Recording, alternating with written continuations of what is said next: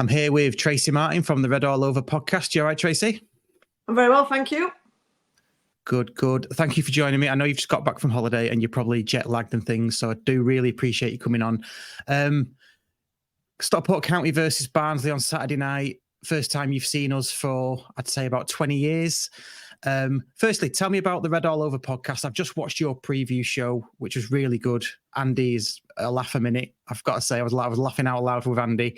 Tell us about the podcast. What's your involvement? How long's it been going? That kind of thing.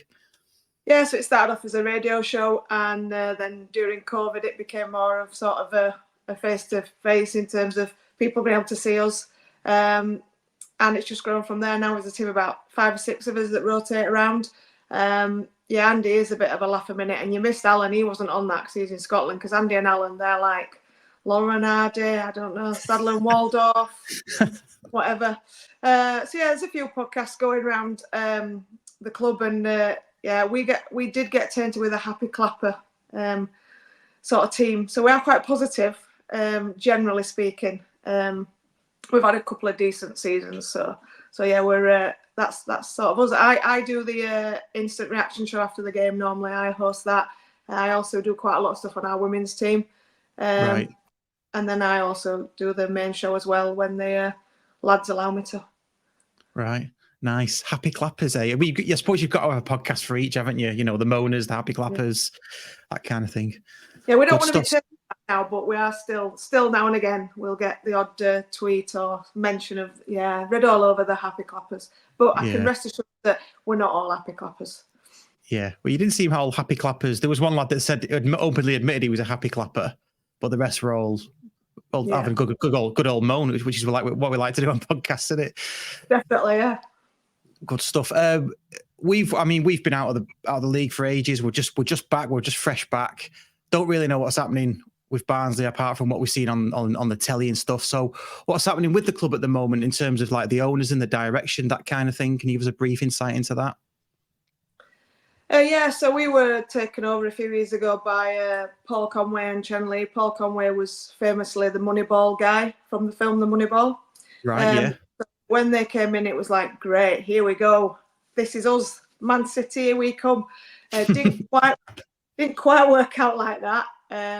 Didn't go down very well at all. And within a couple of seasons, everyone wanted rid of them because they were awful. Took a few other clubs in Europe into knee administration. So pretty tough, to be honest. And then they've gradually been bought out slowly by different people. So we're now like different shareholders. And an Australian who's based in American female, Julianne Key, who's quite Marmite for a lot of the fans, I would say. She's quite verbal on Twitter, which sometimes doesn't really help her. And then we've got an Indian sort of chairman, etc. So yeah, we're really sort of multinational. And then there's the original Crines who sold us originally to the Chen Lee sort of group, and they still have some shares. So yeah, it's a bit of a mixed match really, but we don't spend money. We are not a big spending club. Quite the opposite. We're a selling club, unfortunately. We try and make money on academy players or getting players from lower leagues, polishing them up if you like, and then selling them on. So yeah, we're actually on paper we're one of the richest clubs in the league, but certainly not when it comes to spending. Yeah, there's no shame in having that kind of model. I think lots of clubs do that, don't they? In terms of the ground, then Oakwell is that all owned by the same person? Is it all owned by the club, or is that council owned, or how is that working out for you? Again, it's well. Luckily, this has been sorted out in the last season because it was owned by the council, and there was worries that the previous owners were going to buy it, and there was all nasty rumours that they were going to redevelop it, but redevelop it in a way that possibly the fans didn't want it redeveloping, like hotels, houses, etc. Because we're quite fortunate in that all our training facilities, everything is at Oakwell, and obviously a lot of clubs don't have that; they have to travel. So we've got sort of 2 or 3 full-size training pitches, 3G indoor area as well. So it's quite a nice setup. And there was real worries that was going to get sold off and for redevelopment. since the new sort of style owners have come in, they've done an agreement with the council, and it's still owned by the council, but it's all agreed that it will remain within sort of Barnsley Football Club, for the fans, for the ground to move forwards, etc. And a few weeks ago we had a boxing match here, which was really good because it's a Barnsley lad that fought, and that would have never happened before. So it was good for the council to say we're having a local lad fight. It was on Sky, etc. So yeah, it does seem that seems to have been a positive step forwards, and the fans seem much happier that that's all been put out in the open, etc. One thing I didn't mention is our new owners sort of admitted to the FA that there was some financial irregularities with the Chenley group. So we were all a bit fearful of a points deduction, but because they've sort of fed it up and it was all done previous, we just got a fine. So that was pretty good, and that's all been dusted. So we were at the beginning of this season that, yeah, we might end up with a points deduction, but we haven't. Right. I had not heard about that. That obviously went under the radar from elite. Well, from everybody else. Well, certainly from my perspective. Yeah, I went last time I went to Oakwell. You say about the grounds and that. I went with county ladies team because we played Barnsley's ladies team, and I was surprised it was all together. And it's massive, isn't it, when you consider it? So is all that protected now? The council have said, yeah, you're not having any of that. Yeah, the whole thing. So that's good. And they've. In terms of ladies, the club last season fully took on the women's team and are trying to push them as well. So they've played on Oakwell a few times. And again, Julianne Keogh I mentioned before, she's really, really passionate about the women's side of things, which is, for the women's team and for me, I used to play for them. It's good. Nice. It's moving forward. So, but like I say, a lot of the fans don't like her, but, can't win them all. No, you cannot. You cannot. On to the game then, or sort of the season so far. You had a good win at Burton. We'll forget about the United match. We'll just gloss over that because we don't like United anyway. Sodom. And then you had a heavy defeat to Stevenage before that. But by all accounts, 13 points out of 7, third in the league. Is it? What do you think? Is that expected for you, or are you overplaying, overperforming? I think our position in the league is slightly inflated for our performances. I don't think we've really got going fully yet. We obviously got a new manager start of the season, and again, we tend to, like, the end of every season, we lose players. We had people out of contract. Devante Cole was our leading goal scorer last year. He went on a free. A couple of other players that played all season all went on frees. So 4 of the sort of the key 11 left. Now, again, most fans weren't that bothered, but they were sort of key players. So we've had another sort of mini rebuild, if you like. And I don't think, as yet, Darryl Clark's got his best 11 that he knows is his best 11. And also, I just don't think we've found our feet properly. Having said that, we're third. So I don't think, we've done all right. We've played all right. We've played all right in patches. Like first game of the season, Mansfield, we sort of hammered them and then didn't score, and then we ended up losing the game. Stevenage a couple of weeks ago, we were absolutely awful, like really awful. Went away to Lincoln, beat them. They should have beaten us. So I wouldn't say we're playing great, but we're obviously grinding results out. And like Burton on Saturday, we got a sort of quite a late winner. Having been, again, pretty in control of the game, really. So yeah, defensively we're wobbly. Very wobbly. So are you convinced by Darryl Clark then? Because this is his first season in charge. If what I'm seeing is right. I mean, he's got a 55% win ratio, which is his best so far, but obviously early days. Are you convinced by? I mean, his structure? Does he look like he's got a game plan? He's got lots of game plans. We've got 3 or 4 per game. It's really interesting because last year we had a manager called Neil Collins who came from Tampa Bay Rowdies. Nobody knew him, and we ended up in the playoffs. But everyone hated him from pretty much. He never really got fans on side, but we played terribly boring football, and we never had a plan B. So we just continued to play the same way against every team, regardless of how the game was going. Substitutions were always late; they were predictable, etc. Now we've gone to Mr. Tinkerman.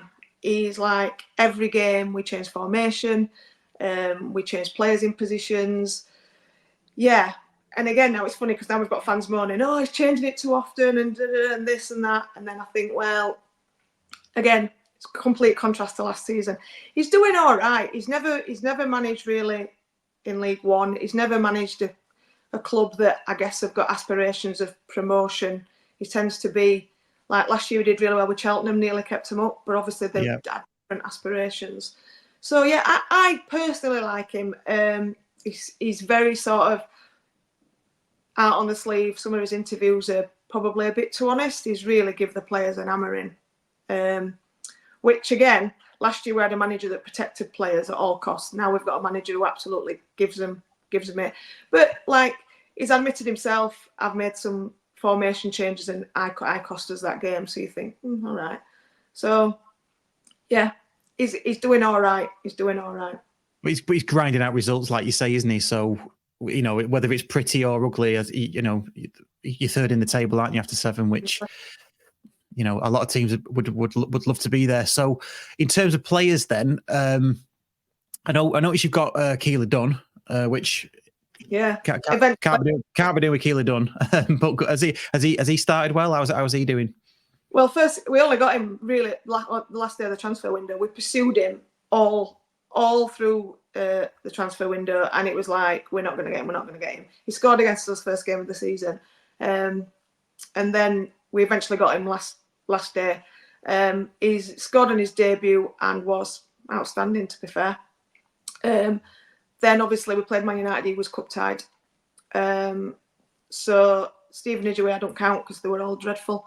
And then he played on Saturday, and I mean it will only be his 3rd league game. But I have to say,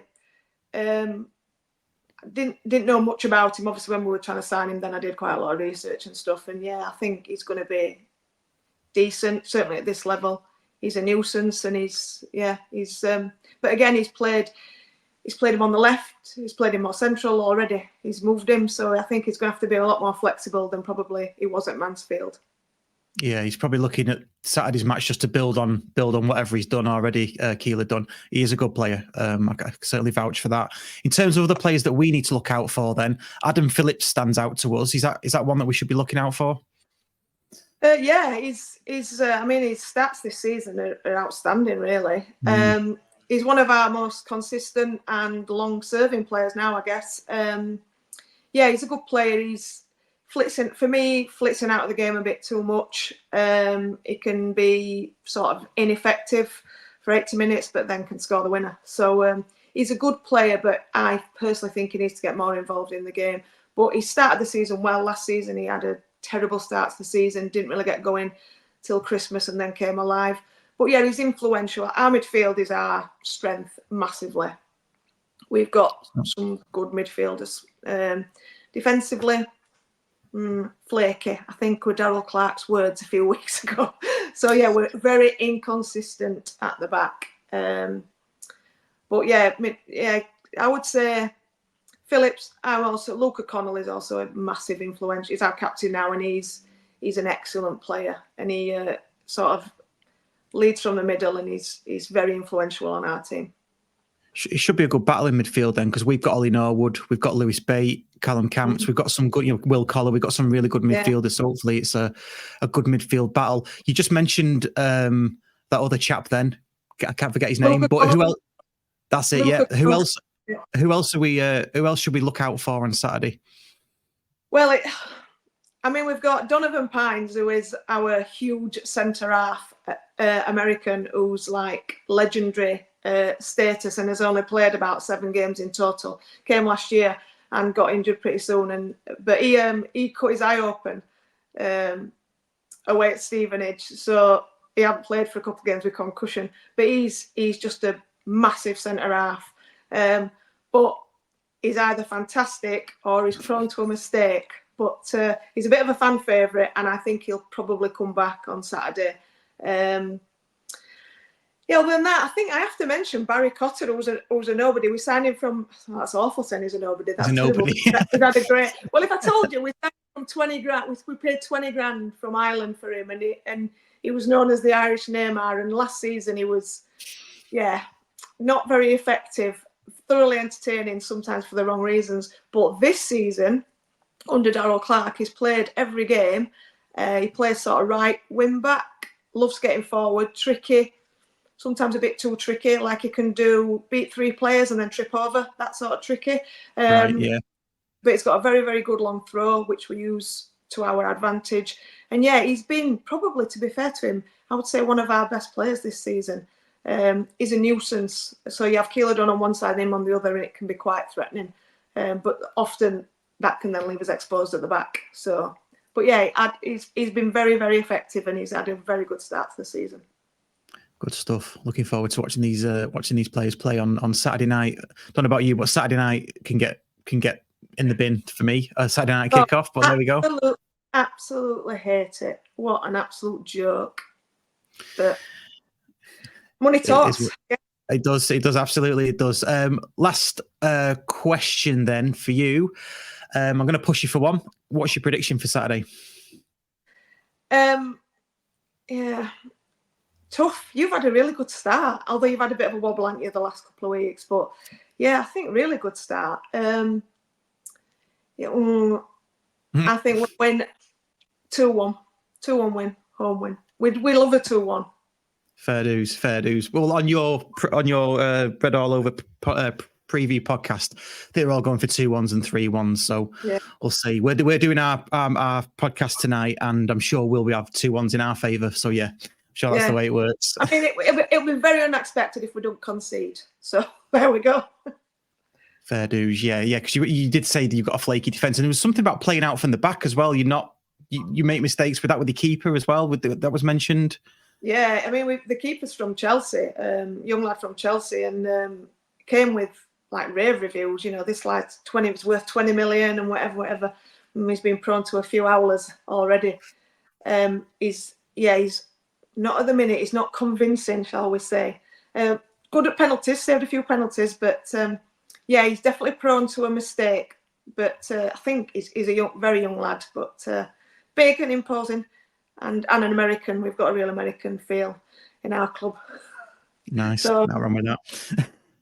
Yeah, we'll see. But yeah, he's definitely prone to a mistake. Good hopefully stuff. Not on Saturday, yeah. Well, hopefully for us he does. No, I wouldn't want to win a match 1-0 with a mistake. I've got to say fairer than that. Thanks. Tracy, thank you so much. You can catch the Red All Over podcast on YouTube and probably all the podcast platforms. Yeah. Do check out the Stockport County preview vid that's up now. And Tracy, thank you very much. And will you be there on Saturday, or are you going to be too jet lagged? No. Yeah, no, that's the plan, yeah. Okay, brilliant. And cheers for coming on. Appreciate it so much. And good luck after Saturday. And to you, good luck for the rest of the season after Saturday, and obviously apart when we play you in Stockport. Of course. Cheers, Tracy. Nice one. Yeah, thank you. And that's a wrap for this episode of the Scarf Bagara War. We hope you enjoyed the podcast. Remember, you can catch us every week on your favourite podcast platform, whether it's Spotify, Apple Podcasts, or Google Podcasts. And a huge thank you to all of our Patreon members. Your contributions help keep the show running to bring the content you love. If you'd like to support the podcast and get access to exclusive special guest episodes, ad-free podcasts, and a monthly giveaway, head over to patreon.com/the Scarf Bagara War. And don't forget to follow us on social media for updates, behind the scenes content, and more. You can find us on X, Facebook, and Instagram, all at County Podcast. Lastly, if you enjoyed the show, please leave us a review and share it with your fellow County fans. Your feedback helps us improve and reach more listeners. Thanks for tuning in, and we'll see you next time on the Scarf Bagara War. Come on, County!